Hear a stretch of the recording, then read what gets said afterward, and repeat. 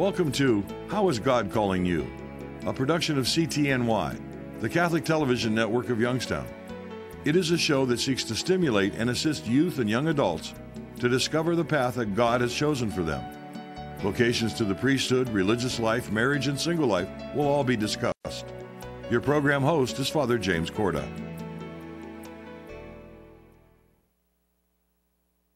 Hello and welcome to this edition of How is God Calling You? Today we're going to talk with the Ursuline Sisters of Youngstown.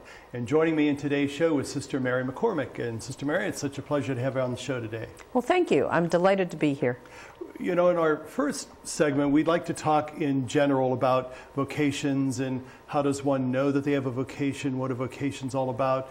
I think I'd like us to focus on how does someone know that they have a vocation to religious life as opposed to a career or a job? How does one really know that? Sure. I think for young people, and today, of course, when you're talking about young people, you're talking about everybody from high school students to young adults all the way up to the age of 40. There's a long process that they go through about determining what they want to do with life.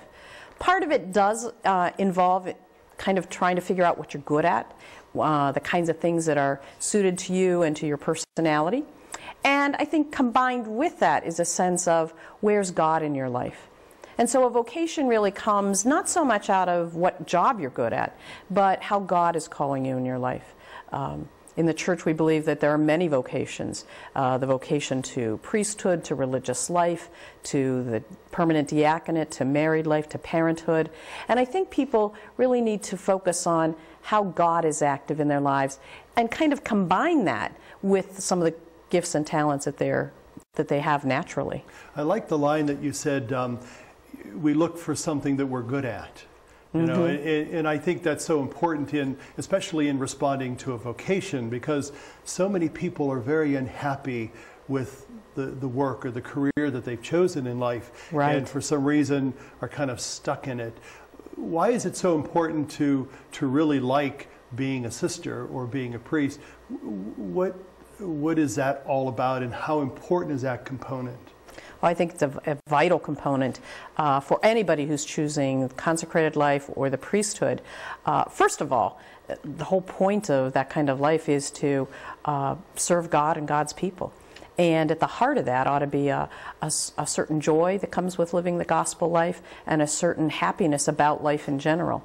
And so I think what a person does in trying to discern a vocation is really try to say, how can I be of help to God and God's people? How can I be an ambassador of the gospel? And is this going to make me happy? You know, in the old days when people would look at the Baltimore Catechism, that was one of the first questions.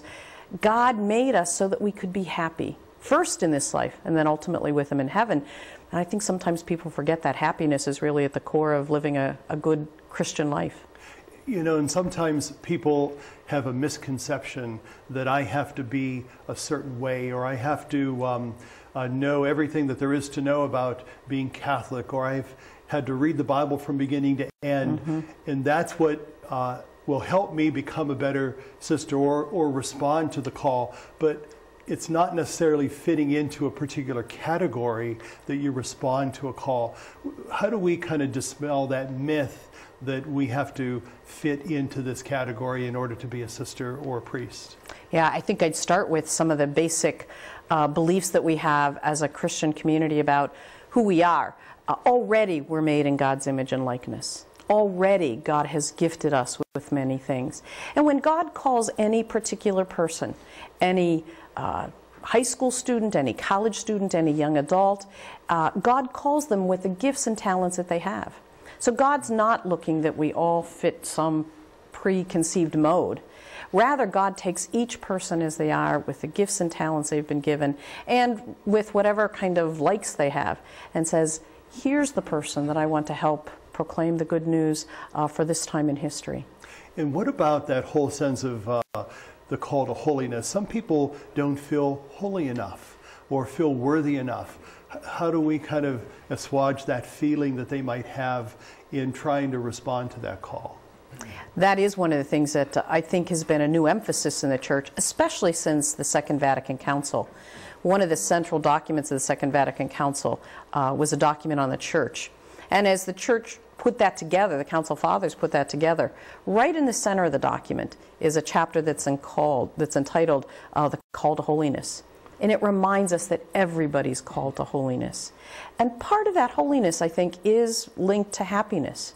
That we really will be happy in life. We'll be happy with our life circumstances, with our job, with our relationships, to the extent that we also try to be holy. And sometimes I think that holiness, we had an image of it that I have to be set apart, I have to be different.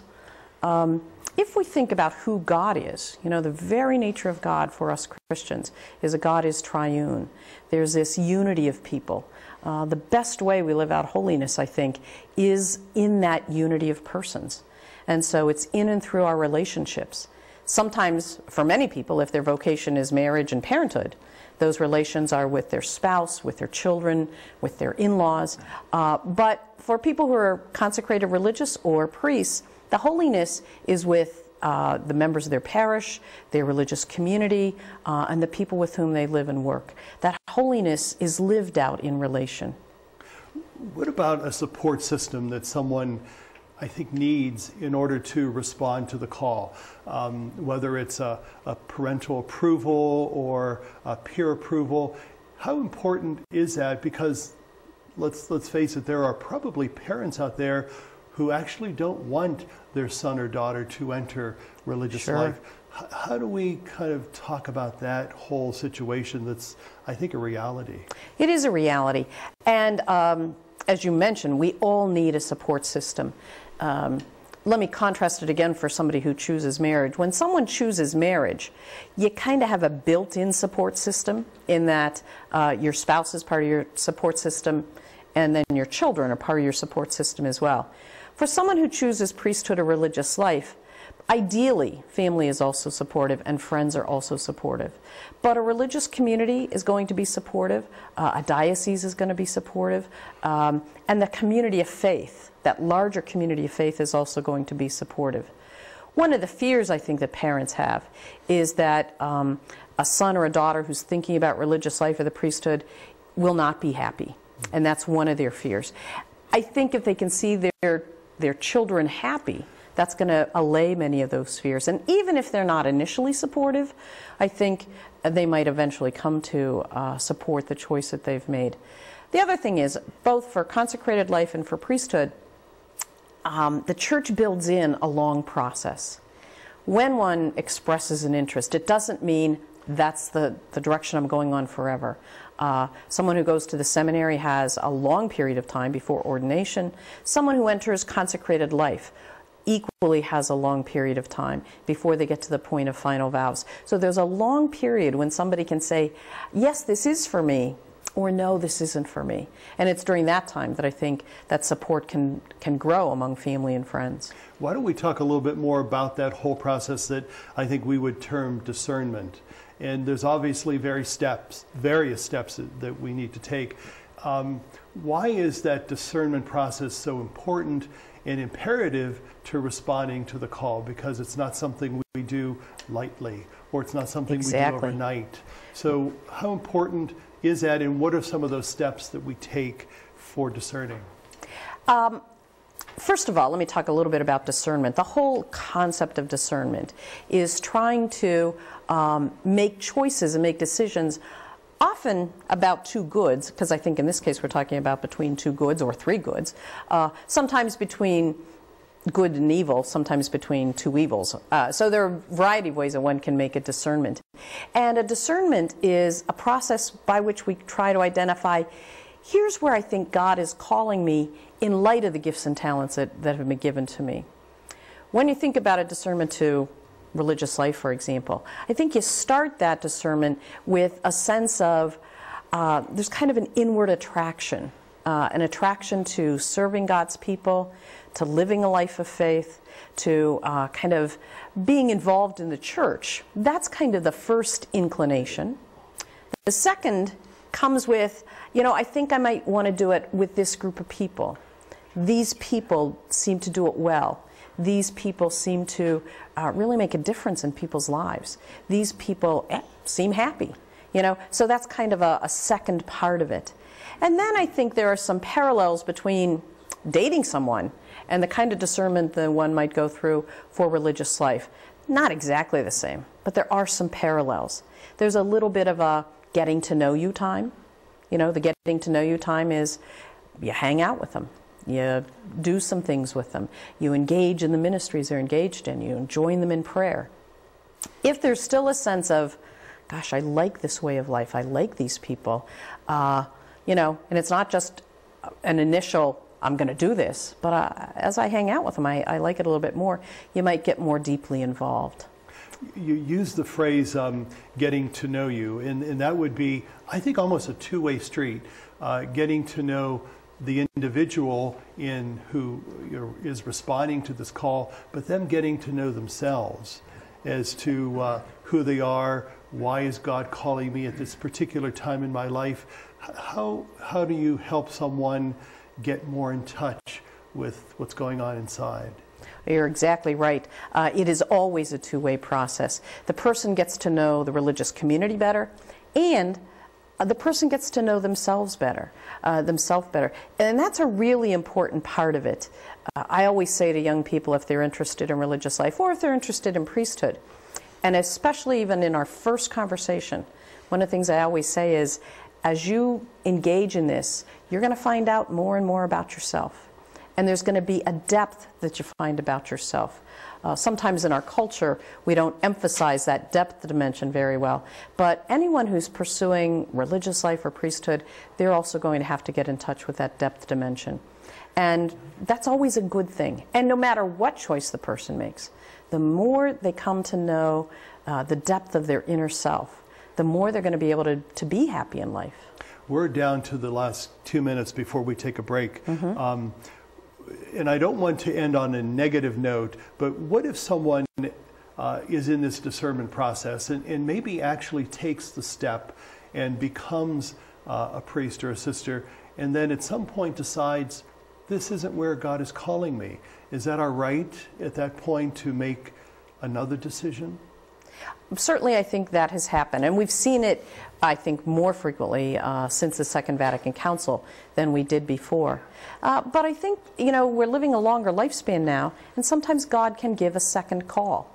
And people end up saying, this did fit me for a while, and maybe now it doesn't. Though there is a permanency that comes with final vows and ordination, and I don't want to undermine that permanency. Sometimes people have gotten into it and then said, my life has taken a different direction, or something else has happened, and maybe I need to rethink the commitment that I made. And before we take a break, I think I'd like us to go back and start with those who made the decision later on in life to enter religious life or priesthood. And so we're going to talk about that in a moment. Okay, great. Stay with us. We'll be right back. I am Marino. Je suis Marino. I am Marino. I believe that we are all connected to each other, and that it is the gift of compassion that unites us and makes us one. It doesn't matter what language, culture, or tradition we come from. We can share compassion wherever we are. Marino, an American Catholic organization of priests and brothers, has been reaching out to those in need for nearly 100 years in 26 countries throughout the world. Marino dedicates 86 cents of every dollar donated to their programs, and with your help, they can do more. Missioners, workers, volunteers, supporters, we are all Marino. I am Marino. Yo soy Marino. I'm Father Mike, and I am Marino. I am Marino. I am Marino. I am Marino. I am Marino. I am Marino. I am Marino. Welcome back to our show, How is God Calling You? We're talking with Sister Mary McCormick of the Ursuline Sisters of Youngstown. Before we went to a break, we talked about someone who enters religious life or priesthood and then at some point decides it's not for them. But there are those that are entering, at least now, later on in life, almost as a second career. Right. How has that been your experience with some of the women in your community? We have seen it in our community. And I I think there are a variety of factors that lead to that decision. One is people are living longer, and not only are they living longer, but they're living more healthy lives. I mean, even in their older years, they're healthy. And so while in another era you might have thought a person might be in ministry for 30 or 40 years, today it's very typical among our members that they're in ministry for 50, 60, even 70 years. And so we have had the experience, and not only us, but lots of religious communities have had the experience that people come to us a bit older, maybe in their late 30s, 40s, even 50s.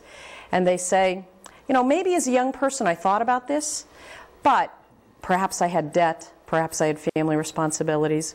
In some cases, people did get married and had a family, but now perhaps their spouses died, their children are not only out of high school, but usually have their own careers and their own families. And these people come and say, an attraction I might have felt in high school is back again. And would you give me a chance to think about this? We have had it, and it actually, in many cases, has worked very successfully. I wonder if that brings me to another question, and it might be kind of a out there question, but I'm wondering if the call from God isn't more among people than we actually know or understand or comprehend, that God has called many people, if not all people, to a particular way of life.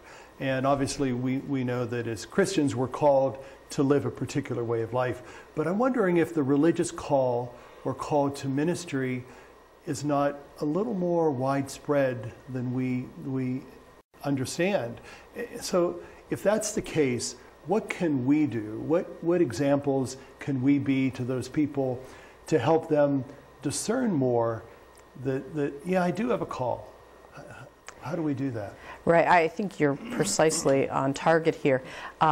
Not only are we all called to live holiness, you know, through the gospel in light of our baptism, but I think God does call us, and that's really the value of the Christian community.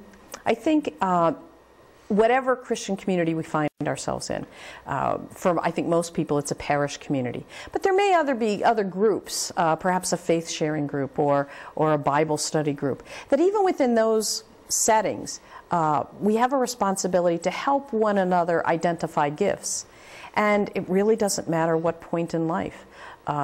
Many people who choose lay ecclesial ministry always talk about it in terms of a call. They always talk about it as a sense of, it's not only something I think I might be good at, it's not only something I think I'd like to do, but I really think God is calling me to this.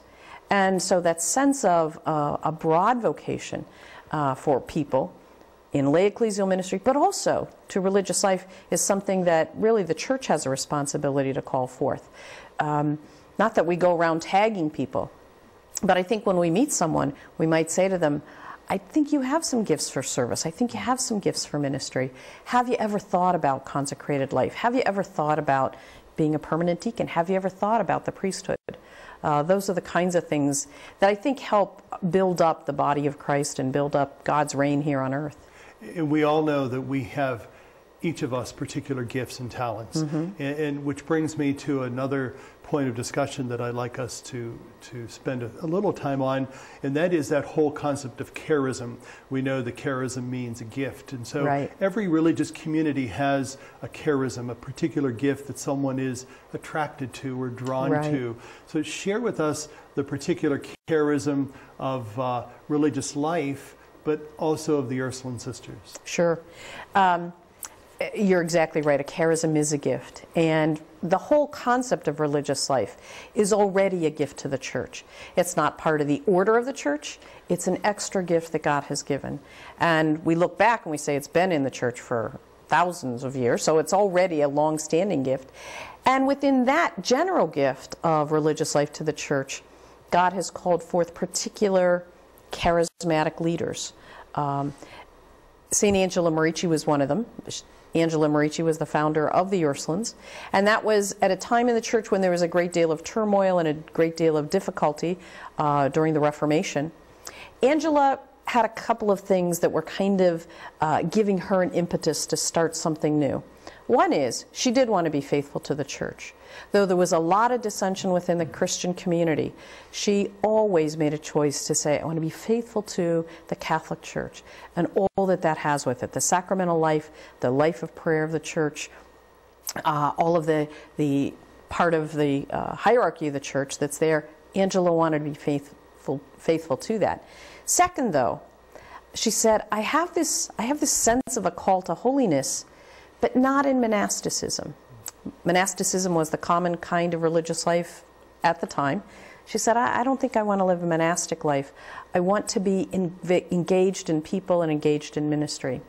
So that was another gift. A third thing I think she did was recognize very well what the needs of the times were.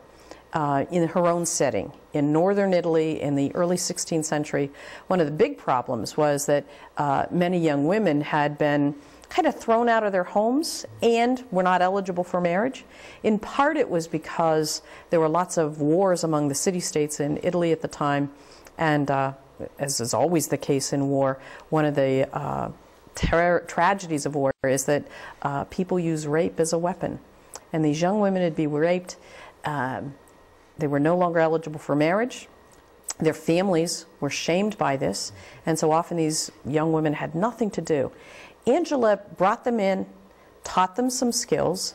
Now, we're not talking about getting a job in a factory here, but taught them skills of housekeeping, reading, sewing, and then helped them to find work among some of the other people in town. Now, that's the heart of Ursulines becoming good educators, but she really didn't start schools. She really tried to say, what's the need at the time? Ursulines have a long history of being known as educators, and certainly that's a heritage that we're proud of. At the same time, I think the real gift that Angela gave was a gift of flexibility, of reading the signs of the time, and of networking. Now, she never would have used the word networking, but what I mean by that is she really brought together a variety of people. In her day, it was some of the widows who lived in town. It was some business people, businessmen in particular. It was working with the clergy at the time, and these young women. She brought them, all of these groups together, who really didn't know each other, but brought them together, and it was for the good of the church. You know, you mentioned charismatic leaders that really began these religious orders and communities, but one of their most perfect gifts was reading the signs of the times and understanding what is the need right now in this day and age in God's church that I need to respond to. And bringing that up to date now, how important is it for us to look at the signs of the times and maybe try to understand the differences that might be in religious life or in responding to a vocation or to a call in the church? How can I then best answer what's going on right now? How important is that? Oh, I think it's critically important because we are in a time of transition in the church. I don't think it's as desperate as the time of the Reformation. But clearly the church has had a whole lot of challenges, and religious life has had a lot of challenges. I think one of the things for us as Ursulines, but I think for anybody who's faithful to the gospel, is to say, how do we continue to be church? And how do we do that in a changing time? One of the things we know in our own culture, and there are a lot of reasons for this, but there aren't as many Catholic schools as there once were. For decades, that was the kind of ministry that Ursulines and many other religious women were engaged in. Today, for a whole host of reasons, there are not as many schools, and we don't have as many sisters either. There was a need for new ministry, and sisters were the ones who began those new ministries. In a way, it's always looking at who are the people that are underserved, who are the people who have kind of gotten lost. In Angela's day, the people that had gotten lost are these young women who had nobody to care for them. One of the things that we do today is to say, who are the people that have gotten lost, and how can we be of service to them? And that's kind of the networking. Because of all of our contacts with our former students, we do have some influence with people. We are faithful to the church. We maintain good contacts with the clergy. We like to think that we're doing the same thing that Angela did, but it's a new group of people now. It's not young girls who are abandoned by their family. It may be people who are homeless. It may be people who live with AIDS and all of the things that happen with AIDS. It may be people who are poor. It may be people who dropped out of the educational system at one point in their lives, maybe in high school, and now want to start up education again. We kind of like to think that education isn't just from kindergarten through grade 12. We like to think of it now as an effort that begins as a very young child and continues out the life cycle. We're coming down to the last 2 minutes of our time together. I'd like us to try to think in our mind some questions that we would perhaps leave with the people that are with us. Questions about if they're thinking about religious life or priesthood, what's a question that they might want to ask themselves? Or if they're someone who can promote vocations, sure, what are some questions that we can give to them to help? Sure. I think one of the questions for somebody who might be considering himself or herself, I'm looking at a life of service to the church. I think the question really gets to the depth of the person. Can I recognize God's presence enough in my life? And do I recognize the gifts that God has given me so that I can use them for service? So that's part of it. I think a third question that's linked to those: are there voices from other parts of my life, co-workers, family members, members of my parish community? Are there voices from other parts of my life that say, you know, you really do have a generous spirit. You really do have a sense of spirituality. If I hear those voices, I might say, maybe I need to check this out more. I think that's for the person who's saying, I'm thinking about it myself, all right? For people in the parish community, what can they do? I think we do need to look at the members of our faith community, whatever that is, you know, our Bible study group, our faith sharing group, our parish, people who work with us on various committees in the parish, and say, is there someone here that does show a depth of spirituality, does have a happiness of life, and does have some gifts that really could be at the use of the service of the people of God? If we recognize those in one another, not to just say, you have to do this with your life, but you might challenge that person, whether they're 16 or 18 or 25 or 35 or 45. You might say to that person, have you ever considered this? Because I think you have some gifts that might make you a good religious, a good permanent deacon, a good priest. And that's what the church needs to do. Well, Sister Mary, we certainly appreciate your presence on our show, and God bless you in your ministry and in your work with the Ursulines. Thank you. Thank you for being with us. Have a good day, and God be with you.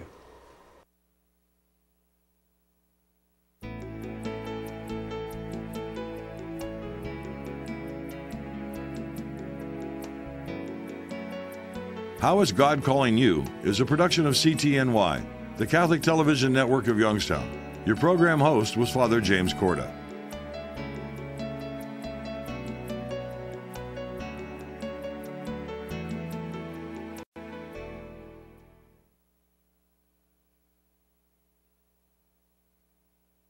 $33 million Americans have descended into poverty. And as their futures fall, so does our nation's.